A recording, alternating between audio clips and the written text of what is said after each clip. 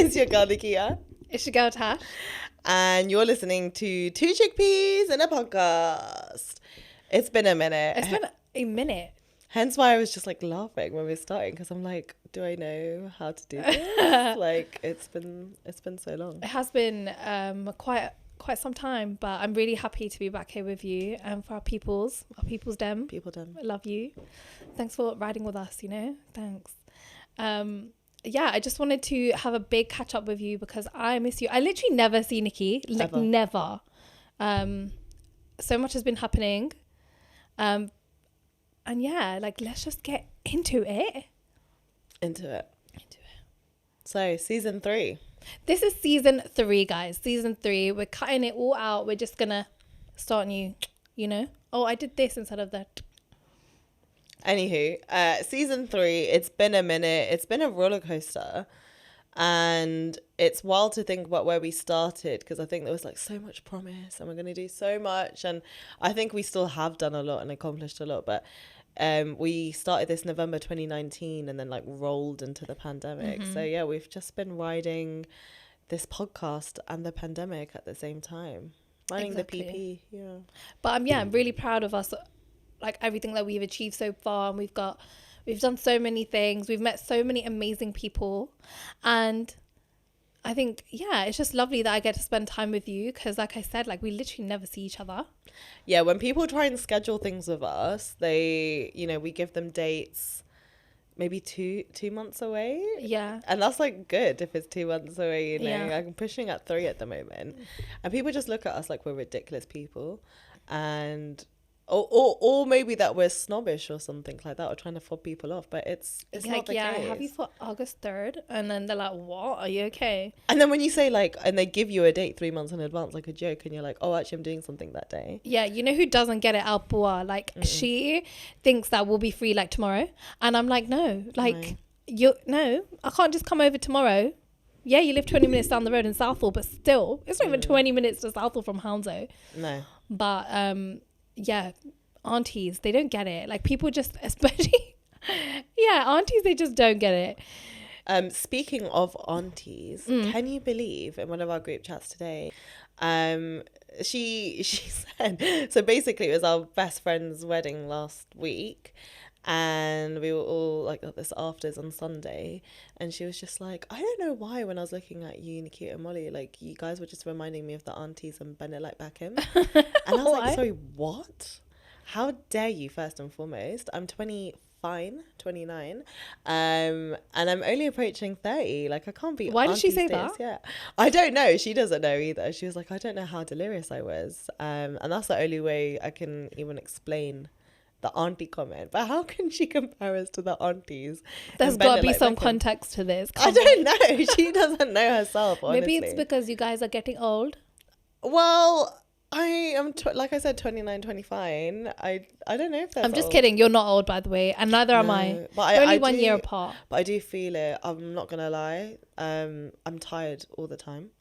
And I thought I'd experienced this after 30, and then I was speaking to someone in a queue recently, and they were like, no one tells you about 29 gives you like little doses of your 30s, and you don't even realize. And I was like, no, don't say this to me. I'm trying to really live it up. The pandemic like robbed the last few good years of my 20s.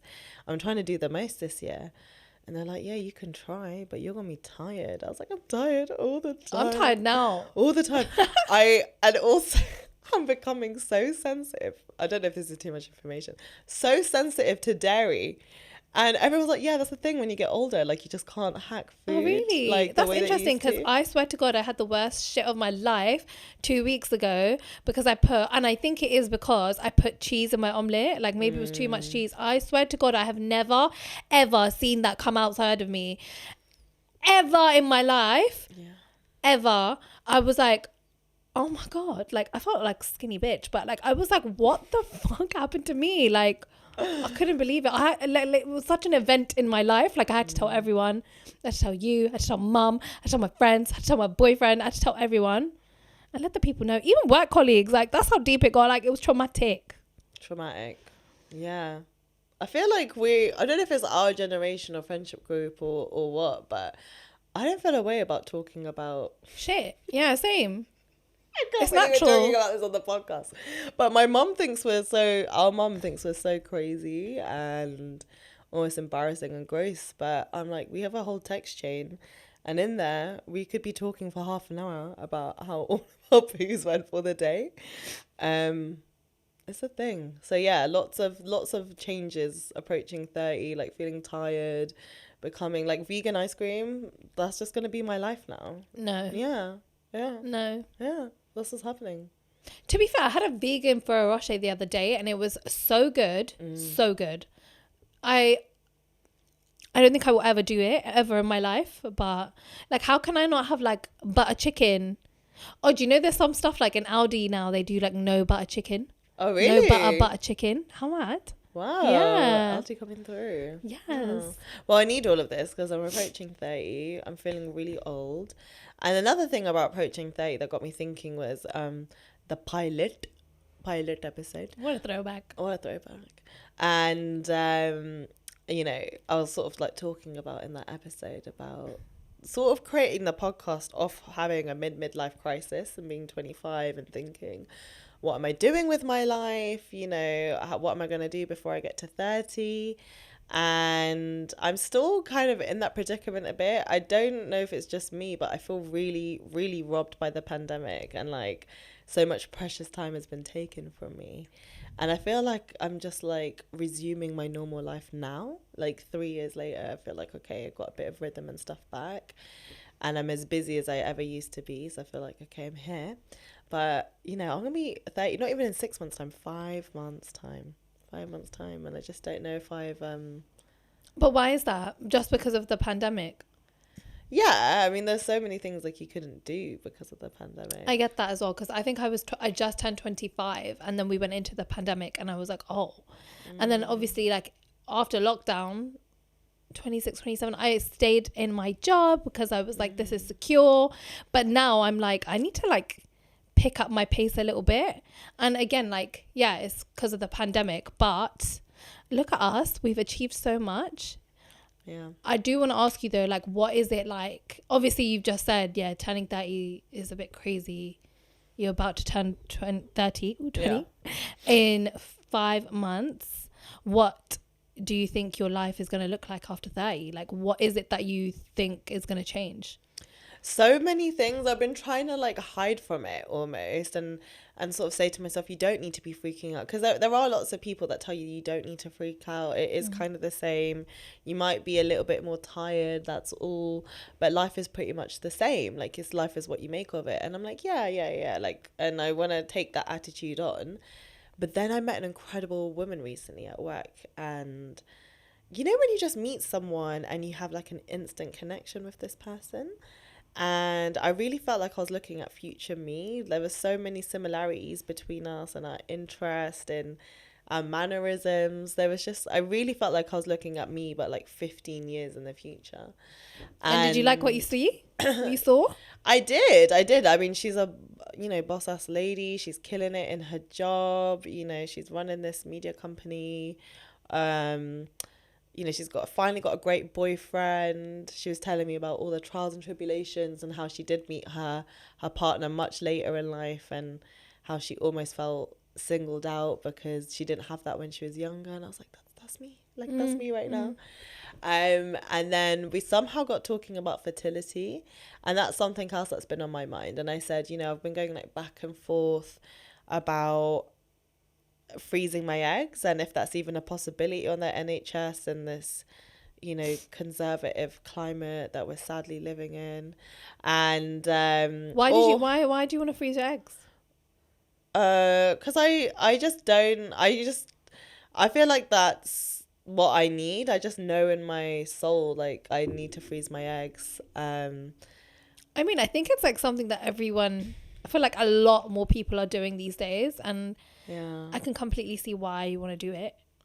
Yeah, I mean, I haven't met the one, or even close to the one. And I just know in my mind, I've always ideally wanted to be with a partner for 5 years. and then maybe get married, and then like have a couple of years of like blissful marriage before you maybe pop out a kid. And I just feel like that timeline is getting like shorter, and I don't want to maybe rush into a relationship for the sake of like I want to have a baby, like this is my prime years sort of thing. And I know lots of women who have been succumbed to that, or maybe have been lucky enough to be like, you know, just randomly got with this guy one night. But luckily for me, like we're totally in love now and have all of that. Yeah, cool. I just know in my soul that's not me, and it's not gonna happen for me. I've spoken about it with like mom and like some of her friends, and they all look at me like I'm almost crazy.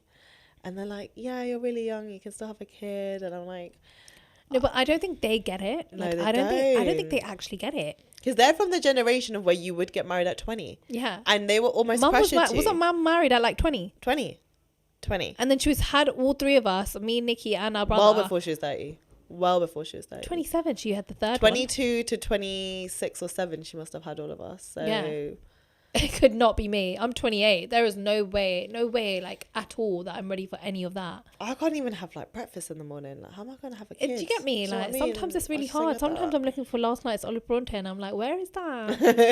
You know what I mean? Right? And even with like, you know, I hate to even talk about it, but cost of living killing me. How are parents doing this right now? How are they like supporting themselves, supporting another I'm still person? using our brother's uni days for everything. Same. I'm on uni days, baby. Catch me outside. And he's just finished his third year, so we better find another uni student. Yeah. ASAP. But yeah, it's just like such a tug and pull, I think, with depending who you speak to. Because some people are like, yeah, I think that's, you know, especially if they're like more our age and stuff, they're like, yeah, I think that is a good idea. But I need to really do lots of research around the practicalities of it all, and even just like how feasible it is. Because I just think on NHS right now, like you couldn't get that. You could go private, and then I've had, you know, you have to go through all the motions of like injecting yourself with all these hormones and how much that cost. But then also just to freeze your eggs, just to store it can be up to $5,000 a year. Up to $5,000, yeah, just to keep it in the freezer. I don't think it's that expensive. Yeah, some places I think yeah, maybe you could find a bit cheaper, but just from some of the conversations I've had and the research they've done, they were like, yeah, it's up to $5,000 a year to keep your eggs in the freezer. Oh my gosh. And then you could go through all of this and it doesn't even work anyway. You could you could unfreeze your eggs and they could just plop and be like, nah, I'm not ready for this life. But that's the risk you got to take, and that's the kind of thing you need to be prepared for. Is that, oh, this may happen, this may not happen. I've got a good chance, but it might not happen, and then. Yeah, and that's what future me was saying as well, because she was like, she was just like, I've been through what you've been through, and I'm telling you, the moment you leave 35 and you tell any of these fertility people that you're over 35, all they tell you, like they make a face, they were like, they're all just like, Is it? Yeah. Because your chances are really like slim of even like getting the eggs, like going through the treatment. So what, shall I start doing it too then? That's what I mean. And there's not a big enough conversation like being had about this in the South Asian community, I think.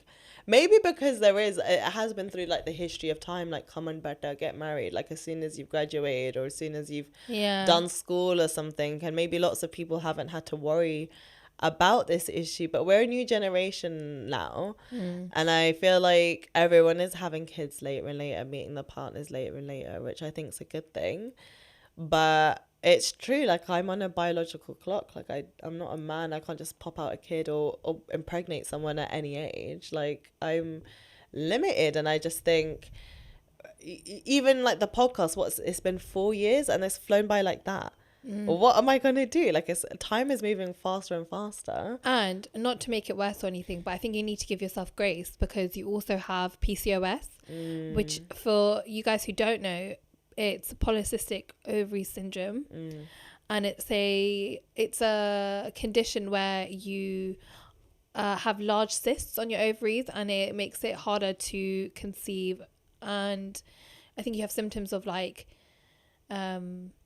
extra hair growth in unwanted places. The mood swings are like the hardest thing, just trying to go about your day-to-day life and your hormones are up and then down, and sometimes you don't want to eat for days and then you can't stop eating afterwards, and it's just constant, like, yeah, it's just really hard on a day-to-day basis to go through all of this. And obviously, you know, we had the episode with Keisha and stuff where we talk about Shout out it. to Keisha, you're doing amazing, sweetie. Yeah, you're doing so well, Keisha, if you're listening. We love you.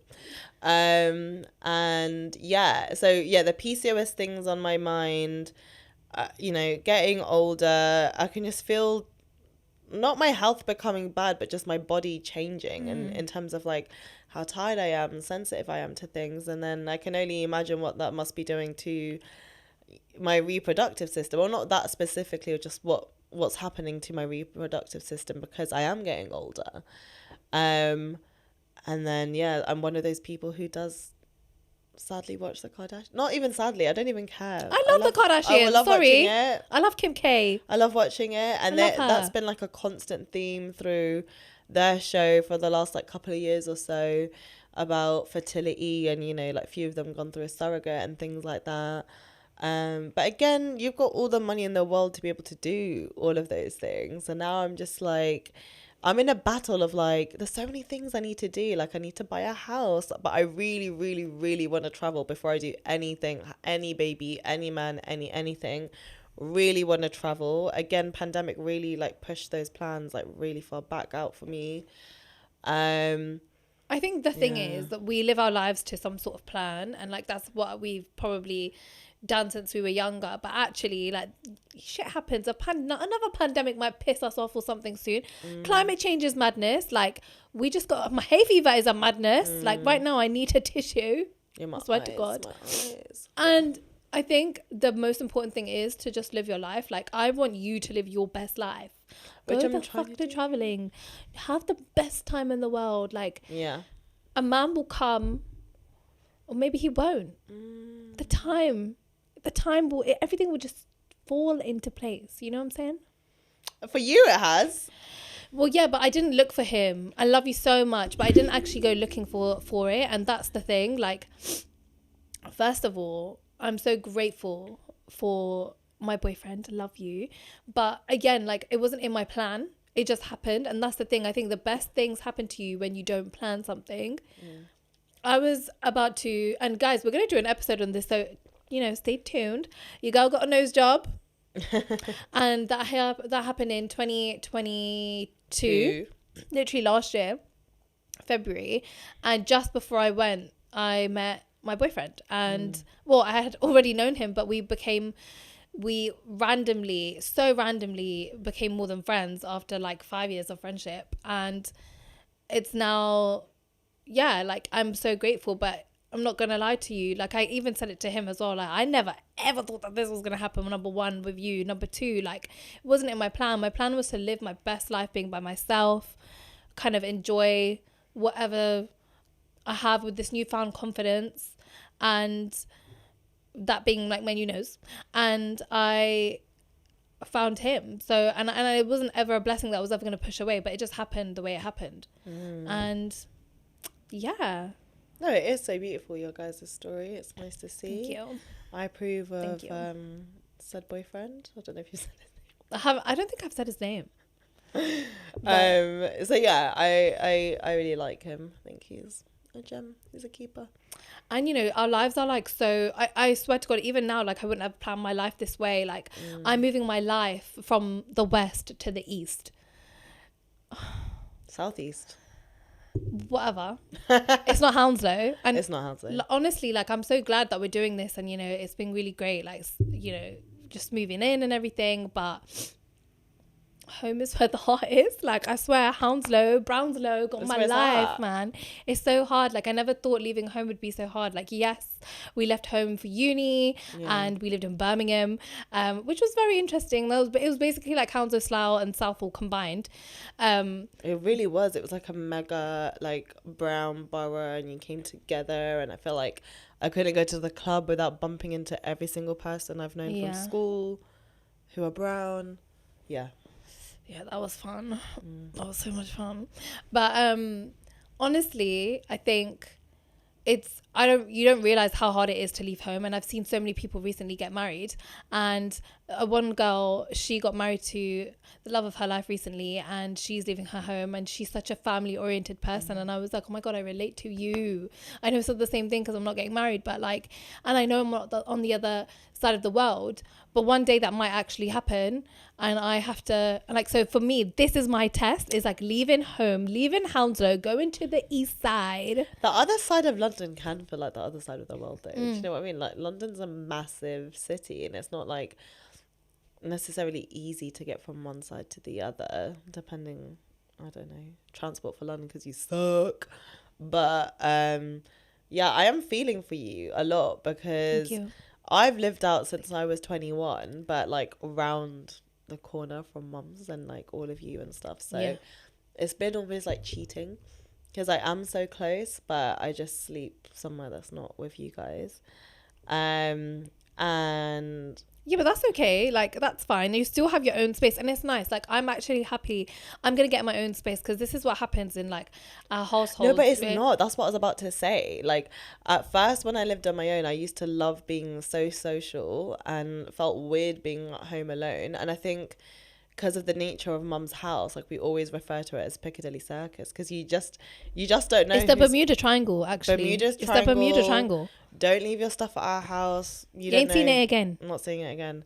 But also, like, there's been so many times where, you know, we think it's just us three at home, me, you, and mum, and then there'll be like 10 of us. Yeah, knock at the door, and then we'll be like, and then someone will call and be like, "What are you doing?" I'm like, "Oh, we're just here with so and so," and they're like, "Okay, yeah, come." And so it's always been the nature of our house to be like that. So I think when I lived on my own, I struggled with that for a little bit. What? Not anything against your relationship, because it's great, but it was only until like after I broke up with my boyfriend at the time when I was living there, that I was like, I love being on my own so much.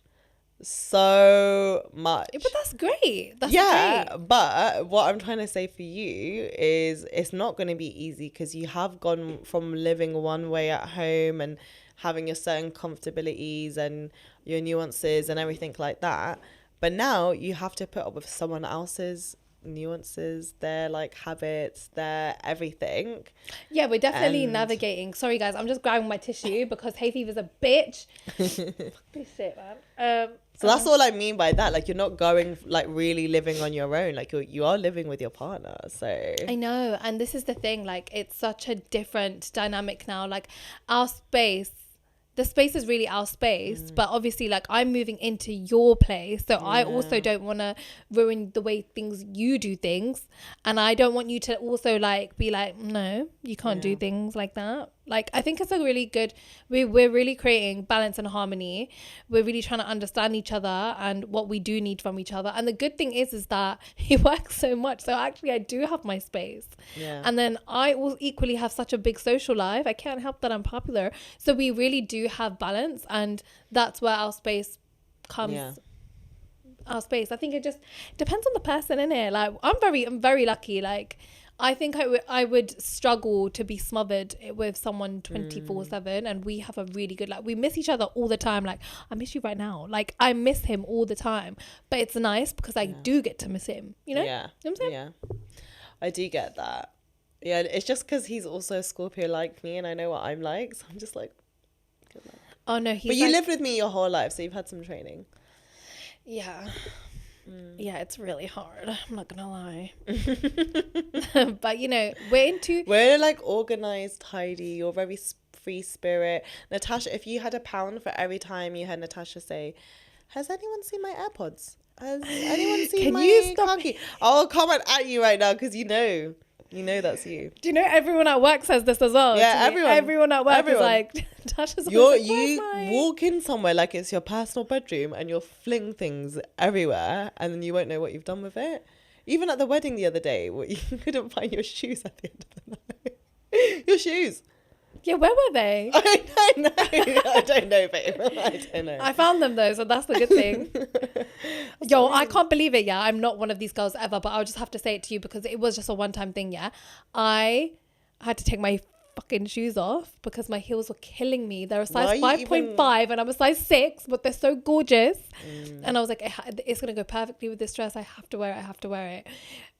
I had to take that shit off my feet and I was walking around barefoot. On the drinks are spilled on the dance floor and... I can't believe it. To this, like, I literally have, again, I've told everyone what I've done because I'm just so ashamed of myself and I'm like, it's just so unlike me. You know how people keep shit to themselves? Unlike you, did you say? What, to take my shoes off?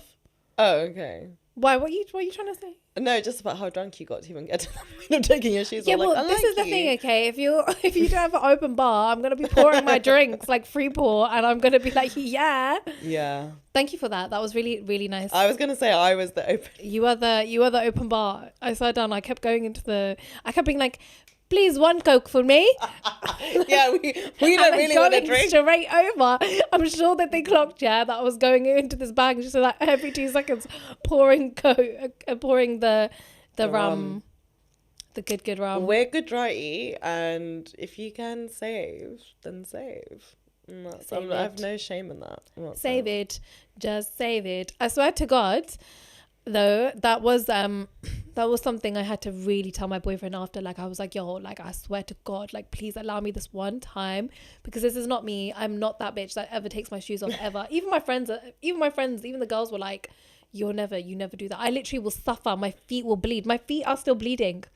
My toes are bleeding from those heels. And Natasha's the same person who'll be like, you should really wear a heel with that though, or you should do something. And I'm like, no. You know, normally I do take flats with me. I just didn't know where I was going to put it that day. I don't know I even took my flats with me in the car when mum dropped us, and then I left it because I was like, where am I going to put it? And then you were like as if they didn't have like tables and shit like that. Like, but then I was like, no, I'll suffer. It's fine. But then Tasha was also like mad at me that I had borrowed her flats, which she said that I could. And then I was wearing them and she was looking at me, but they're mine, so you should give them to me. And I'm like, what the fuck am I going to wear? Like, your unwearable heels. No, because at that time you were wearing your heels. So I was like, give them to me now while I'm suffering. And then when you need the flats, I'll give that to you and I'll put my heels back on. I was like, I will not get them back if I gave them to you. So no, you would have. I'm a woman of my word. Oh, yeah. No, I am. I actually am. Anyway, that wasn't even the end of the story yet. I've come out now. Like, we're leaving to get the Uber. And I'm like, oh my God. Uber's in 4 minutes sick. Like, I'm putting my shoes back on. Like, trying to do the strap up. And then as I'm doing that, I've lost my phone in the same moment that I've literally said that Uber's in 4 minutes. So then I'm telling my boyfriend, like, yo, where's my phone? And he's like, what are you talking about? You just had it. And I was like, nah, I swear to God, it's gone. It's magic. I don't know where it's gone. Like, all my days. And then he's shouting at me like, get your shit together. And I'm like, I don't know where it is. And I'm like, one shoe on, one shoe off. And no, but when Natasha's drunk, it's like extra hard. It's already bad enough when you're sober and you're like, where's my car key? Where's my AirPods? But then when Tasha's drunk, she's like a baby who's like high on sugar almost. No. And she's just so spaced out. And she's like, I don't know. Do you know what I mean? It's just very like, you don't really seem to have the sense of urgency necessarily. I was so urgent in that moment, actually. I was like, I have 4 minutes. And to get to the Uber car park, the car park where the Uber was going to be, was a really long walkway. I took my shoes back off and I walked barefoot in the car park. I literally can't believe it. I did that. I literally can't believe it. I was telling him like, yo, please, like, love me, please, because like, I swear this is not me and I will never do this again. I swear to God, this is why I won't even attempt to wear the heels, because next time I'm just gonna take my flats with me. Like, I don't know why I did that to myself. I'm not that bitch. Like, it's because I've done a whole evening out before, like many evenings out before in those exact heels. They're my favorite heels, but this wedding did it to me where I'm gonna sell him.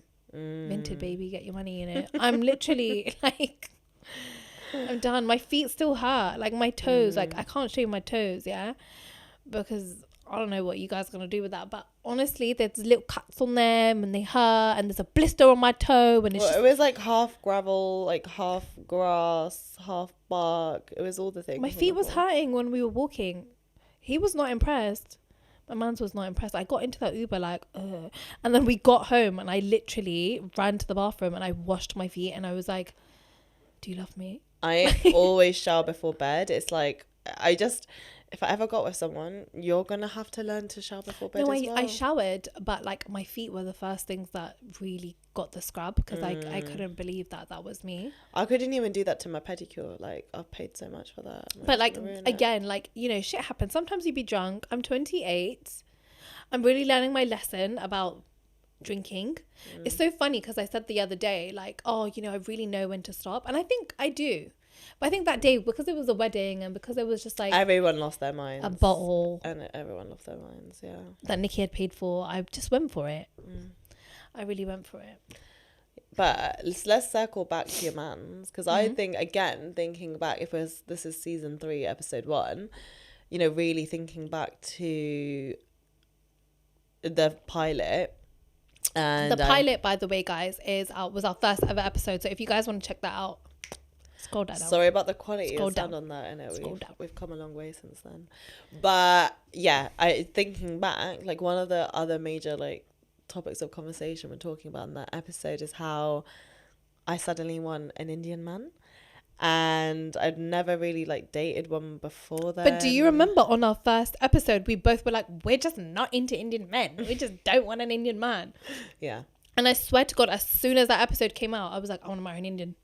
Really? Yeah. I was like, I want to be big Bollywood bride. I want an Indian man. I want him to like cook for me. I want to cook for him. I would like, we're just going to understand each other better. Like, you know. And I don't have that Indian man. Yeah, but you have now I have the best one. The best one. And he's not Indian. He's Gora. He's a Gora. Not Gora Jat yet, but we'll work on it. Yeah. So how do you feel being in like a interracial relationship? You know what, yeah? It's so mad to me because I honestly did, after that episode, think I was going to end up with an Indian. Like, I was like, I think I'm so Indian that I want, like, in my traditions, in the way not really the way I think, maybe in some ways. Nikki loves to tell me that I'm her mom. I think because I didn't see it coming, and because it was him, of all people, I was like, I'm not letting him go. And I don't care what color, what race you are, I don't think you care. And I think we're lucky enough to have been brought up in a time and a surrounding where we did have lots of multiculturalism around us. You know, there was pockets of like everyone around us. I don't think that's like a thing for us. You know, it's not a thing. It's not a thing, but it is still hard because you can love and accept all of these things, but different cultures, that's really, really hard to navigate. Like mum, like back in the day, was telling us not to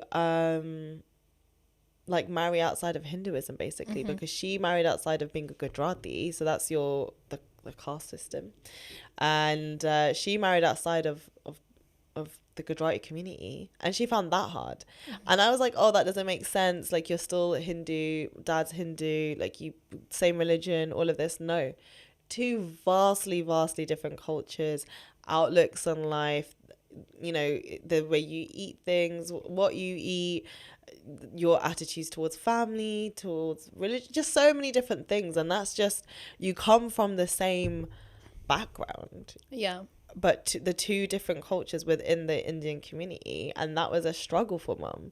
So I just wonder, like, I don't know, if you find it hard. Of course I find it hard. I'm not gonna lie. Like, you even know I find it hard. Like, it is, I think we both are struggling I want him to understand my culture more, and he is so down with it. He's so open, like, he's so accepting of everything. I think there's some things though, like, he just doesn't get, like, you know, like when people come over and you have to sit with them, he's like, no, but why? Yeah. He's like, I didn't come here to see them. And I'm like, hey, do you know what? It's true. But when someone But that's how it rolls in an Indian household. You have to come and say hello, and you have to sit with them and have tea or make tea, and, you know. But even the other day, like, I went to my friend's house and then I rang you, and then you're like, what are you doing? I was like, I'm here. And then you're like, okay, cool, me and mum going to roll through. Yeah. And it wasn't a thing because we were at another Indian person's house, and that is how households roll. Do you know what I mean? Like, you got to be prepared for everyone. Whereas, like, anyone. he's very organized and he'll plan his stuff out, and we are quite spontaneous people, and that's just who we are. But also, I think it's very much like, maybe it is our culture. Like, we're very much people who will just invite everyone round. I don't know. And I don't know if this is more of a personality thing than a culture thing, to be fair, but yeah, I am, we're both understanding each other. We're both very, very willing to learn about each other so much more. Like, his parents are very different to well, no, they're not. His parents are very organized. We're very spontaneous. Like, so is, and we're very spontaneous and I'm already starting to see that as well. Like, you can see like how a family unit functions together and the vast differences in that, because it's true, like exactly what you said. You'll just be more free spirited, or a bit late and it's fine sort of thing, and they're like, we're always 10 minutes my early man's to is everything. so punctual. Like, I really am learning from him. I'm really learning my lessons. Like, I'm on time these days. 28 years later. Yeah, it's called Indian timing. I'm trying, you know. but that's, yeah, it is. I mean, you're doing a great job at it, and Thanks. yeah, That's you're doing really well, nice. and I really like your man's. He's alright, and yeah, like, really happy for you. But it's mad. It's been 4 years of the podcast, and there's no, forget Indian man. There's no man in sight. But it's gonna come. Like I said, I didn't plan my man. I have, like, you know what? I did watch. Speaking of like 30 and dating and everything, I watched the latest season, I think season 3 of Indian Matchmaking recently, and I watched it really late night. I drank like a few glasses of wine at my friend's house, and I was watching a few episodes, and I had to turn it off. No, I had to turn off the first episode like 15 minutes in, because I was just triggered. I just felt like, no, this is basically me. Like, I'm gonna be calling Sima Aunty in like 4 years time. No, but like, it should also give you the comfort that like you're not the only one out there that's struggling. Yeah, but I never Or thought not I even was struggling. one So of I these don't even people know. Are who you needed- struggling? Like, or not? They just like are not. They're not in that position because they might have put their career first, or like they just haven't found the one. You know what I mean? Yeah. That's why people go on like Love Island and shit. Love is Blind, like Married at First Sight. Yeah, my you favorite show told me ever. to go on Love is Blind, and you know, and even like one of the girls was like, you should go in the next season. Why of Indian not? You Matchmaking. never know. Like, maybe that's supposed to be your path. Like, everything happens for a reason. Maybe me telling you the maybe. application, you applying, them being like, wow, this girl's so amazing. Your man's doing the same thing. But you know the hilariousness and the joke of my dating stories already so far. Imagine that on TV for everyone to But see. that makes it so much more authentic. I've gone authentic through the experience. ringer with some of the dates I've been on, and I'm like, I can't have the whole world. Yeah, watch but no, that they as would well. choose good people, I think. They would choose good people, and you would know if someone was a weirdo. If you were speaking to them behind a wall, you'd be like, no fam, you're not it. Yeah, maybe the one, like the UK like couple from Indian Matchmaking, was it Vimy and Priya. Yeah, Yeah. I love them. They're Yeah, great I love couple. them. Yeah, great couple. This is what I'm smashed saying. it. Sima Exactly. smashed it. Exactly my point. Like, she had to go through all these people to find her man's. And she got him in the end. And they look amazing together. No, they really do. And she was very specific about, I don't want this and I don't want that. And you shouldn't have to really change your things. Like, Sima Auntie's like, you can't. Yeah, I've You got a won't get long to list, 100%. Sima Auntie. I've got a long list. but I Yes. See, don't- Sima Auntie would probably be like, whoa, with you. But like Priya, she went through it. No, do you know what? The long list thing makes me sound like I'm asking for something unachievable, and that's really, really not the case. I just think the dating culture in the UK is disgusting. Disgusting. Like, honestly, I can't win. Like, I used to be very much like, oh, I'm like open to going with the flow and seeing if something develops. No, I'm approaching 30 and I'm becoming one of those people. You think I've got time? You think I've got time for that? Absolutely not. Because I don't mind something happening I got this. Authentically. Thank you. Authentically. Need some bunny. You're your mum's child. No. This is not. See, I'm becoming snay as I'm getting older. Anyways, yeah, it's making. My list is making it sound like I just want lots of things and. No, but I think it's important to have a list of things, of qualities that you want in a partner and qualities that will really just not align with yours. Like, yeah, the going with the flow thing, like, and also it is just code for, like, sometimes I try and give guys the benefit of the doubt, but it is just code for, I want to talk to you and then I'm never really going to be with you like that, and we're not really going to get together, and then I might just suggest that we casually see each other, and it's just like, you think I've got the time? You think I've actually got time to waste and do all of this? And then also, like, I don't know if it's recently or something's in the air, but like, does like a bat signal go out for men to be like, your ex, she's really single right now and you should hit her up, yeah? Yeah, but you also need to not be giving into these exes. No, I don't. But I just think there was one Friday like 2 weeks ago, and I had 3 of my exes. I say exes like they're long relationships and stuff, but mine's more like I've dated people. Anyways, I had 3 people I used to date hit me up, and I'm like, yo, what is like a bat signal's gone out? Did you say you're back because I slap you? No, there's one that like keeps messaging here and there, and I was like, oh, I really thought of you, or like I saw you on your Instagram story and I just think you look lovely, or you look beautiful, or whatever it is. And then, you know, they're talking like they really want to make the effort and they've seen the error of their ways, and then it's just, you know, you don't speak for how many weeks again afterwards. Not that I'm looking to get back with this person, but it's like, you lot are so fucking full of shit just because you're bored at home on a Friday night. Like, don't waste my time. Yeah, you know? block, delete. Block. Yeah, do all of that. But I'm just like over it. But I will say again, like coming back to Sima Aunty, yeah, I did try and re-download Dil Mill because I was like, yo, I really Is it? Yeah. I didn't know you were on that. I'm not, because it costs like £35 a month, and It's not like, free. It's not like Hinge and Bumble. No, and I remember doing a free trial with them like, I don't know however long ago it was now. The quality of men on there is not the one. And again, it's a dating website designed more to go towards like marriage, yeah. There's again just so many men on there who just don't want that and are looking for something casual, and I don't understand. I even tell them like, that's not the point of this app, you know that, right? Just to be like, what the hell are you doing here? Like, because like if you want to hook up, everyone knows that's Tinder. Do you know what I mean? Like, don't waste my blood, especially because I pay for this shit. I'm not just talk to you right now. Nah, having a bubble, mate. So what? Have you got Dilma again? No, I deleted it straight away just because I was like, £35 a month, I'm not doing that. Then I re-downloaded Hinge, yeah, and I thought, wow, I've got like some good options here. And I think I was like speaking to like 4 guys, one by one, all one by one, just...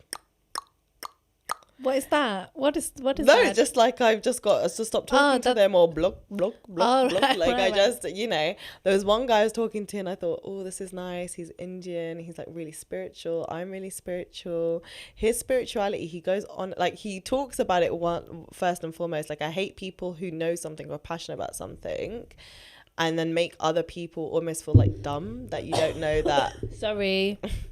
But they almost make you feel dumb that you don't know that information. And I was like, okay, like I'm willing to learn, but I'm not going to be made to feel like don't this. chat to me like I'm a dickhead. Then his spiritualness was like, once we were like planning to meet and I even made the time, and you know what it's like for us, like we don't really have time to ourselves. If I'm doing that for someone, like I think like, you know, there's something about you that I'm willing to free up some time for you. Ain't nobody got time. Yeah. And he used his spiritualness to be like, I just don't know if the vibes are good right now. Like, I don't know. And then there was one guy who made out that he did want something, and then later was like, I've just come out of something serious and I'm not looking for that right now. And then he really thought he could convince me, like really like carried on messaging me for a few weeks and thought, oh, like I can get her to come around. And I was like, I've done this merry dance so many times before, like absolutely not. No. Like, I'm not doing that. No, sir, you're wrong. No. And then I think there was like another guy, and I just was like, you're longing out my life, like I can't do you know what's so mad, yeah, is that like I'm literally like sitting here like listening to you, and that's like, do you know what's scary to me? That I'm never gonna have that again. I'm never going to. You don't need to. You don't. No, I don't want to. But it also just knowing, like, I'm just never going to. It's such a weird thing. I don't know how to explain it, yeah? Like, I don't ever want to be with anyone ever again, yeah? This guy, he's my guy. Like, I've never said that about anyone. Well, I have once before. But, like, I was a kid. Yeah. This is, like, real life adult shit, yeah? Like, I just feel like it's so crazy that, like, it's like some of my friends are now single now that I'm in a relationship. It's like, did you do this on purpose? Like, what the hell? But like, just the knowing that like I'm never going to have that, like this bullshit. Not that I don't want the bullshit, but it's just like, whoa.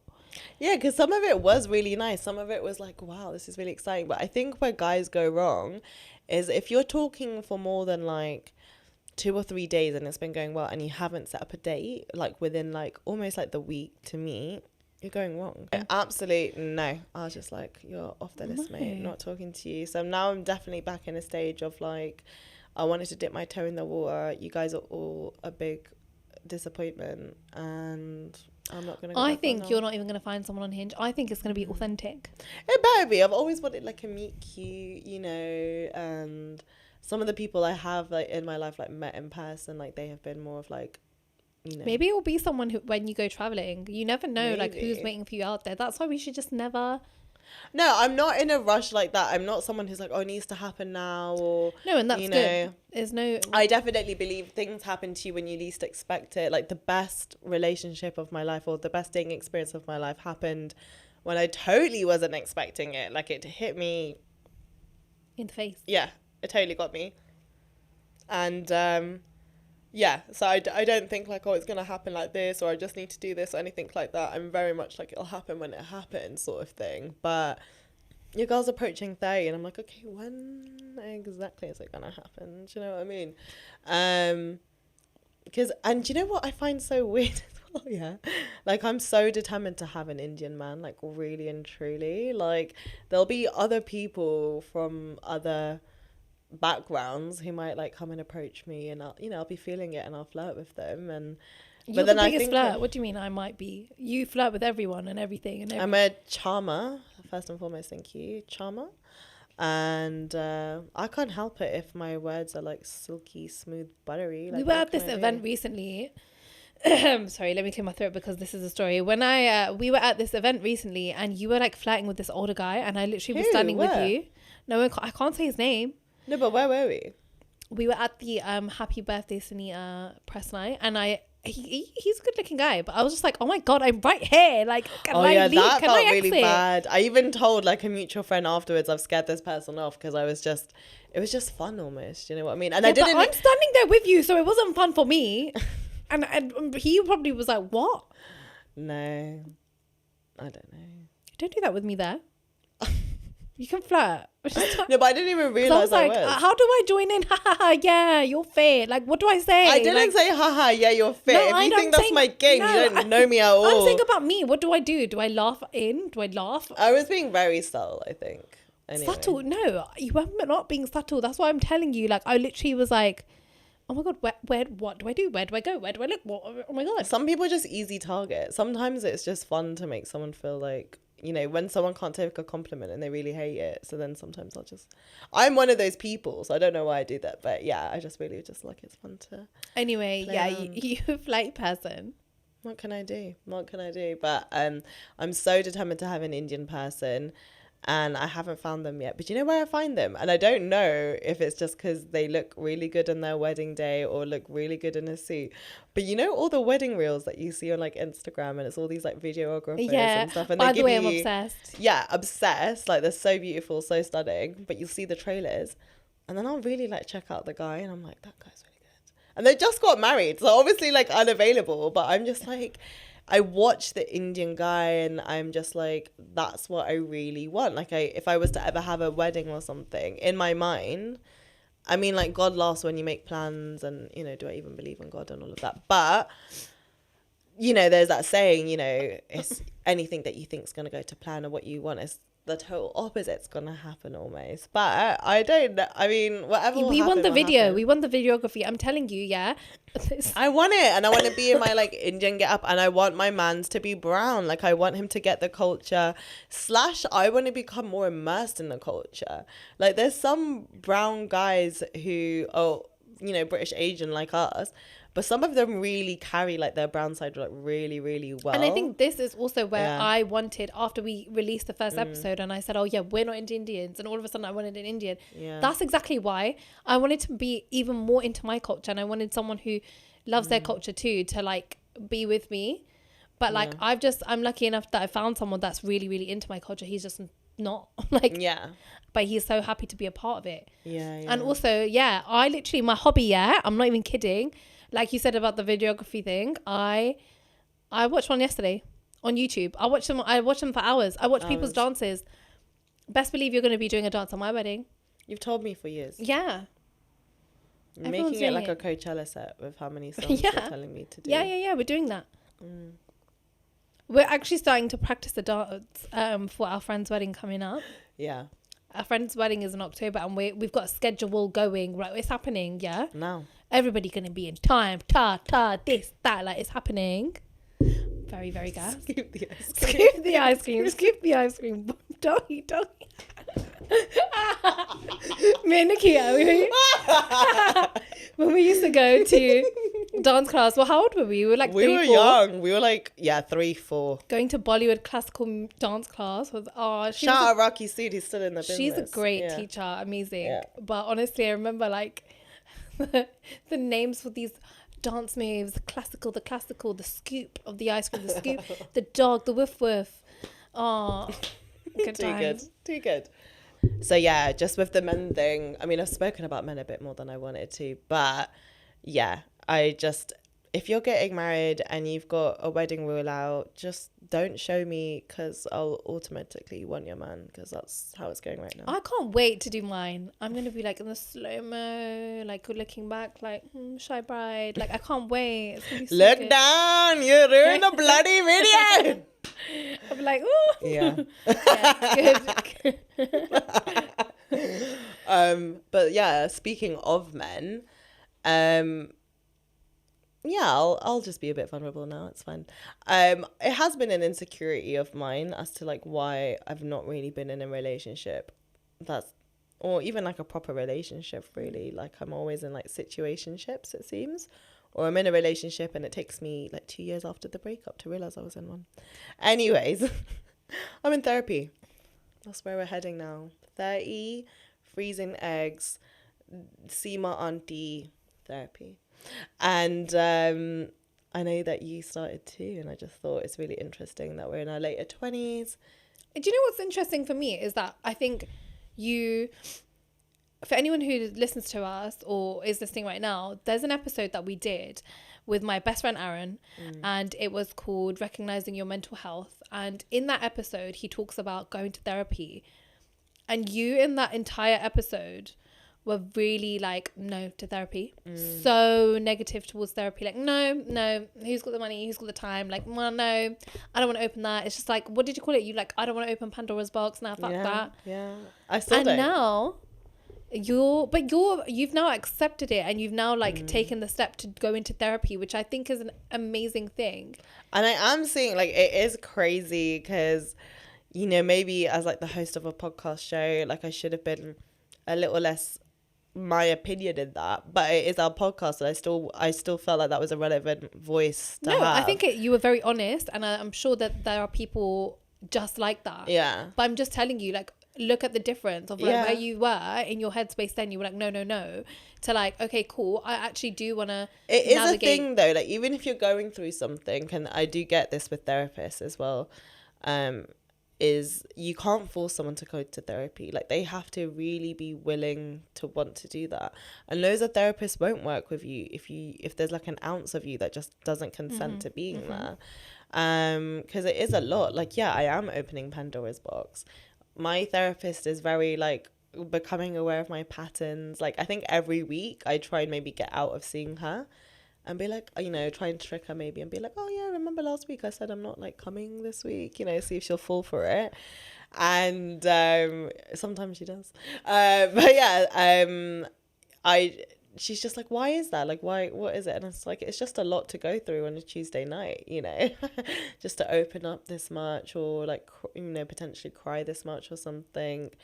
But yeah, like, men is something that I have been speaking about, like, in therapy, which is, yeah, learning so much about myself. Well, that's what it's there for, isn't it? You realize or recognize where your thoughts are kind of coming from, or you can just kind of piece together certain things. Yeah. I don't think therapy is ever something that's gonna like heal you and say that, oh, you know what, you're doing therapy, your life is great. Like, it's really, for me anyway, I don't know how you view it, but I think that it's a great thing that you're doing therapy, because you're starting to really open up about the things that you probably wouldn't have spoken about or really acknowledged or accepted, or like you were being naive about, or kind of pushing to one side. Yeah, yeah, Let yourself feel those things. I'm really proud of you as well, because you're a hard nut to crack, let me tell you. So if anyone can do it, you can do it. I have to do it. And it's weird because we were talking about some of our clients. Obviously, she's not said specifics, but she just said demographically that she does have a lot of people who are like 28 to about like 35 coming to see her. And she was like, people do get to this point of life. And, you know, I've said things, you know, like I was completely fine until the pandemic came along. Like I had my routine, I knew what I was doing, and I could handle myself. Like I knew just how to battle all of my demons. I had a system going on. And then, you know, the pandemic came along and sort of ruined all of that because you had to be still for so long. And then it just kind of like brought up anything that you've sort of been like fighting. So, yeah, I'm learning lots about, you know, it's not just me, which is nice. And then I saw like this reel on Instagram of this comedian, and she's like in her 30s and she talks about dating. And she's like, yeah, you know, when you're younger, like the things that impress you, like if a guy's got like a nice car or they're earning like a bit of decent money. And she's now, it's like, you know, guy tells you they're in therapy, you're like, oh, you are, boo? That's so sexy to me right now. And I was like, yo. Yeah, well, my man told me he was in therapy. I was like, he goes to therapy? Yeah. He goes to therapy? Like, what? Yeah. It's lovely. It's actually so mad, isn't it? Well, I'm also in therapy. Which is crazy. We're both kind of... Do you know what's also really crazy? That we have a podcast and we talk about stuff, but both of us kind of both really didn't tell it. We have never spoken about each other's therapy to each other, ever. But therapy is supposed to be a private thing. I don't think I want to share my therapy sessions with everyone. Like, my man will ask me, mum will ask me, my friends ask me. And, like, I don't really want to share. Yeah, same. And my friend goes to the same therapist. And I didn't know if that was danger or not, because obviously, like, she's probably been like, yeah, Tasha's amazing. And then, like, my therapist already knows I'm amazing. But, like, I think that, like, yeah, therapy is so personal. And this is really where I can get into the nitty gritty. Not that I'm trying to lie or anything, but you really have to be vulnerable. And I don't want to share that. Yeah, I think so. But then I think there is a point of, like, I'm not ready to share yet, but I think I have started to here and there some of my sessions just to make people aware, because I think I am, you know, how you said I'm a tough nut to crack sort of thing. Yeah. People won't, I'm one of these people who's really good at really hiding that, what they're really going through. And you won't know. I think you think you are. I think it comes out in different ways. Yeah. And this is the thing, like, it's small behaviors and small patterns. Like, if you get, like, really pissed off at something really small, like, there's a reason. I'm like that too. I can, like, get triggered like that. And there's a reason for it. And that's the reason, I think, one reason maybe, that you're going to therapy. Yeah, that, and just for myself, I think it is just like everyone's battled some sort of demon. Everyone's gone through some sort of trauma. I don't think, you know, we live in a world where you can't say that about someone. Yeah. And it is true, like, you know, everything I said in that episode with Aaron, it is true. Like, it's you know, it's cost of living right now, and therapy is a bit of a luxury to go and do. But why wouldn't we invest in ourselves? We're so happy to go to like flipping Nando's or like the new jacuzzi restaurant or whatever it is, and spend like 60, 70, 80 pound in that one setting, but we don't want to give money to therapy, which is going to cost us maybe like 50 quid per week. Yeah. But we're happy to go down and go out for our friend's birthday and spend like God knows 100 quid in a night. I'd still rather do that. But because that used to be my therapy. Yeah, that used to be. But it's not therapy. It's not really therapy if you think about it. Yeah, distraction. But yeah, more so, like, I'm really surprised at how much I think I'm quite a self-aware person. I just don't know what to do with all my awareness. And something that yeah, for real. I think I'm really, really self-aware of, like, my emotions and maybe where things might derive from, but I struggle with the how to move on bit, or like, what do you do now that you know this? Like, what do I do to change this sort of thing? And we have done an episode on this as well, but generational trauma, like the South Asian community is like, it's all in there. Do you know what I mean? It's actually mad. And in your therapy? Yeah, generational trauma. Like, absolutely. Yeah. Absolutely. And the responsibility of, like, you know, I really want to do this for myself, and I can feel myself, like, I love placing boundaries at the moment, like where I really don't think I had any before. I'm loving doing it right now. So good. and like needed as well. And again, you know, we've said this before about, you know, in our case, without our mum, for example. So, and I say this to anyone listening, really, is you'll be surprised, especially if you're more our age at the moment, in your later 20s or going into 30s, you are that bit more adult, and your parents are that bit more older and sort of don't have the energy to hold the reins so tight as much anymore, and are willing to like listen, I think, to you a bit more as well. And it's just, yeah, really nice and interesting to see all the conversations I'm having, and also like our mum learning for us as well, because she's very hell-bent on, like, you know, she'll ask me sometimes how it's going, and I'll be like, oh, she's like, are you enjoying it? And I was like, no. And then she's like, okay, so just leave then. I was like, mum, like I was like, mum, like, therapy is not something you're necessarily like meant to enjoy all the time. Do you know what I mean? She's just like, yeah, leave. If it's not serving you, yeah, just go. She's very like heavily like against the therapy, really. So, but she's so I don't think she is. She's not for us, but it's just not something she would ever engage I think because in. she's never really experienced it, or like when she did it, she found it weird. So like that's her experience. But I don't think, when I told her I was doing therapy, she was like, okay. Yeah, I think for us it's like fine, but I think for her it's like not something she'd ever want to engage in. And I think she says all the right things to us, and thank God, in terms of like, you know, being encouraging and doing that. But I think she has her hang-ups about it.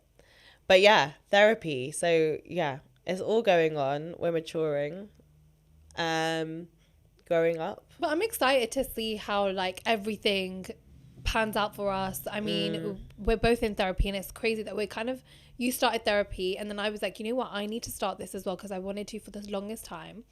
We're learning how our thoughts, our pattern behaviors, like how to like just kind of unpick our brains a little bit, kind of go through traumatic times, I don't know, really get into it, which it's a scary process, but we're doing it. So I'm proud of us, like genuinely I'm proud of us. I think we have all our lives just been quiet, and the fact that we're working on ourselves. Yeah, quiet about ourselves. I don't think anyone would ever describe us as like quiet people. Yeah, we're quiet about ourselves. Yeah, we're not quiet people, but yeah, let's see what this next chapter of our lives hold for us. Oh my god, that was so shit. There we go. Yeah, but yeah, thanks. I've really enjoyed this episode, you know. I feel like the podcast is really the only time I get to see. We'll have to schedule some. Yeah, I know. Now I'm on the east side. Yeah, you're on the east side. E. You're kind of doing like a W, babe. Okay, leave it. It's W. That's W, and that would be like east. Oh yeah, I'm on the east side now, but I'm west for life. Is that west? Oh my god, leave it, man. 28. Fuck. Anyway. It's been your girl Nikita. It's been your girl Tash. And you've been listening to season 3 of 2 Chickpeas and a podcast.